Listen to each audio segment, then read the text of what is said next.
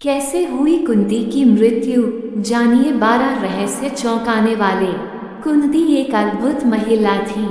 पति की मृत्यु के बाद कैसे उन्होंने अपने पुत्रों को हस्तिनापुर में दालिक करवाकर गुरु द्रोणाचार्य से शिक्षा दिलवाई और अंत में उन्हें राज्य का अधिकार दिलवाने के लिए प्रेरित किया, ये सब जानना अद्भुत है। एक स्त्री की संघर्ष कहानी में द्रौपदी का नाम तो लिया जाता है, लेकिन कुंती की कम ही चर्चा होती है।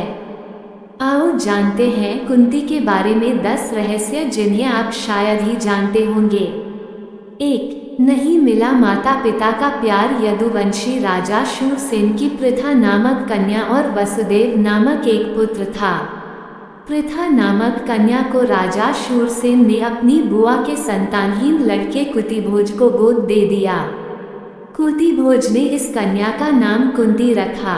इस तरह पृथा अर्थात कुंती अपने असली माता पिता से दूर रही। जैसे दशरथ ने अपनी पुत्री शांता को अंग देश के राजा रोमपद को गोद दे किया था। 2. श्री कृष्ण की बुआ थी कुंती। वसुदेव का विवाह कंस की बहन देवकी से हुआ। देवकी से श्री कृष्ण का जन्म हुआ। इस तरह कुंती श्री कृष्ण के पिता वसुदेव की बहन और भगवान कृष्ण की बुआ थी। यही कारण भी था कि भगवान श्री कृष्ण ने कुंती का हर कदम पर साथ दिया था। श्री कृष्ण और कुंती में एक दूसरा रिश्ता भी था। श्री कृष्ण और अर्जुन आपस में सौतेले भाई थे, लेकिन जब अर्जुन ने श्री कृष्ण की बहन सुभद्रा से विवाह किया तो वे आपस में जीजा साले भी बन गए। 3. दुर्वासा ऋषि ने दिया देव आह्वान मंत्र। कुंती अपने महल में आए महात्माओं की सेवा करती थी। एक बार वहां ऋषि दुर्वासा भी पधारे। कुंती की सेवा से प्रसन्न होकर दुर्वासा ने कहा, पुत्री, मैं तुम्हारी सेवा से अत्यंत प्रसन्न हुआ हूँ, अतः तुझे एक ऐसा मंत्र देता हूँ जिसके प्रयोग से तू जिस देवता का स्मरण करेगी वह तत्काल तेरे समक्ष प्रकट होकर तेरी मनोकामना पूर्ण करेगा। इस तरह कुंती को एक अद्भुत मंत्र मिल गया। प्राप्ति होती है। 6. पति और सौत की मृत्यु से अकेली रह गई कुंती एक दिन राजा पांडु माद्री के साथ वन में सरिता के तट पर भ्रमण कर रहे थे। वातावरण अत्यंत रमणीक था और शीतल मंद सुगंधित वायु चल रही थी। सहसा वायु के झोंके से माद्री का वस्त्र उड़ गया। इससे पांडु का मन चंचल हो उठा और वे मैथुन में प्रवृत्त हुए ही थे कि शापवश उनकी मृत्यु हो गई। कहते हैं कि माद्री उनके साथ सती हो जाती है। अब कुंती के समक्ष 5 पुत्रों के पालन पोषण का संकट खड़ा हो जाता है। बस यहीं से कुंती के जीवन का नया संघर्ष प्रारंभ होता है। 7. हस्तिनापुर में अपने पुत्रों के हक की लड़ाई। अपने पति की मृत्यु के बाद कुंती ने मायके की सुरक्षित जगह पर जाने के बजाय ससुराल की असुरक्षित जगह को चुना। 5 पुत्रों के भविष्य और पालन पोषण के निमित्त उसने हस्तिनापुर का रुख गया, जो कि उसके जीवन का एक बहुत ही कठिन निर्णय और समय था। कुंती ने वहां पहुंचकर अपने पति पांडु के सभी हितैषियों से संपर्क कर उनका समर्थन जुटाया। सभी के सहयोग से कुंती आखिरकार राजमहल में अपनी जगह बनाने में कामयाब हो गई। कुंती और समर्थकों के कहने पर धृतराष्ट्र और गांधारी को पांडवों को पांडु का पुत्र मानना पड़ा।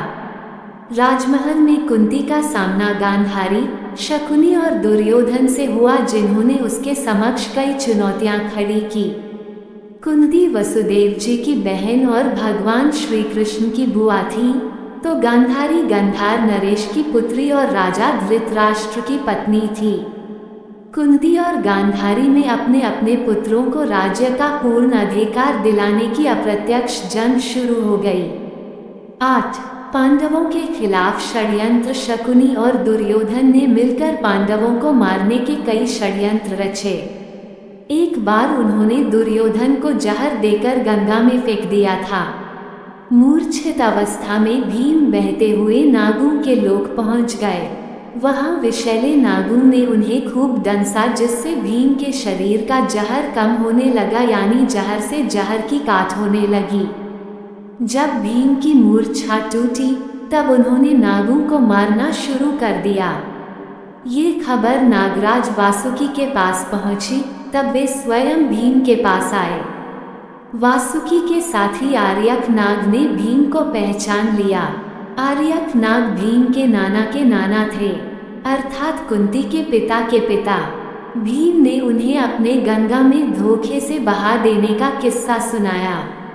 ये सुनकर आर्यक नाग ने भीम को हजारों हाथियों का बल प्रदान करने वाले कुंडों का रस पिलाया, जिससे भीम और भी शक्तिशाली हो गए।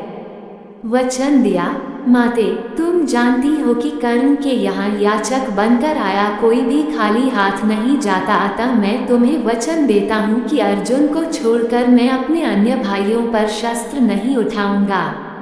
कुंती के द्वारा यह वचन ले लेने के कारण ही युधिष्ठिर कई बार कर्ण से बच गई। ऐसे भी कई मौके आए जबकि कर्ण युधिष्ठिर, भीम, नकुल और सहदेव को मार देता, लेकिन वह ऐसा नहीं कर पाया। 12. कुंती की मृत्यु। महाभारत युद्ध के लगभग 15 साल बाद परिवार के 3 वरिष्ठ गांधारी, कुंती और धृतराष्ट्र वन की ओर प्रस्थान करते हैं। संजय भी उनके साथ होते हैं। करीब 3 साल तक गंगा किनारे एक घने वन में बनी छोटी सी कुटिया में सभी रहते हैं।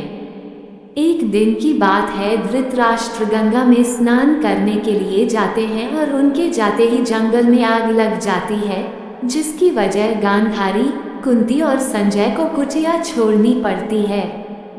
वे सभी धृतराष्ट्र के पास आते हैं, ये देखने की कहीं उन्हें तो कोई खतरा नहीं है। संजय उन सभी को जंगल से चलने के लिए कहता है, क्योंकि पूरा जंगल आग से जल रहा था। लेकिन धृतराष्ट्र उन्हें कहता है कि यही वो घड़ी है जब उन्हें मोक्ष की प्राप्ति होगी। तीनों लोग वहीं रुक जाते हैं और उनका शरीर उस आग में झुलस जाता है। संजय उन्हें छोड़कर हिमालय की ओर प्रस्थान करते हैं, जहां वे एक सन्यासी की तरह रहते हैं। इस तरह 1 साल बाद नारद मुनि आकर युधिष्ठिर को उनके परिवारजनों की मृत्यु का दुखद समाचार देते हैं। युधिष्ठिर वहां जाकर उनके अंतिम संस्कार का क्रियाकर्म कर पिंडदान आदि कर्म करते हैं।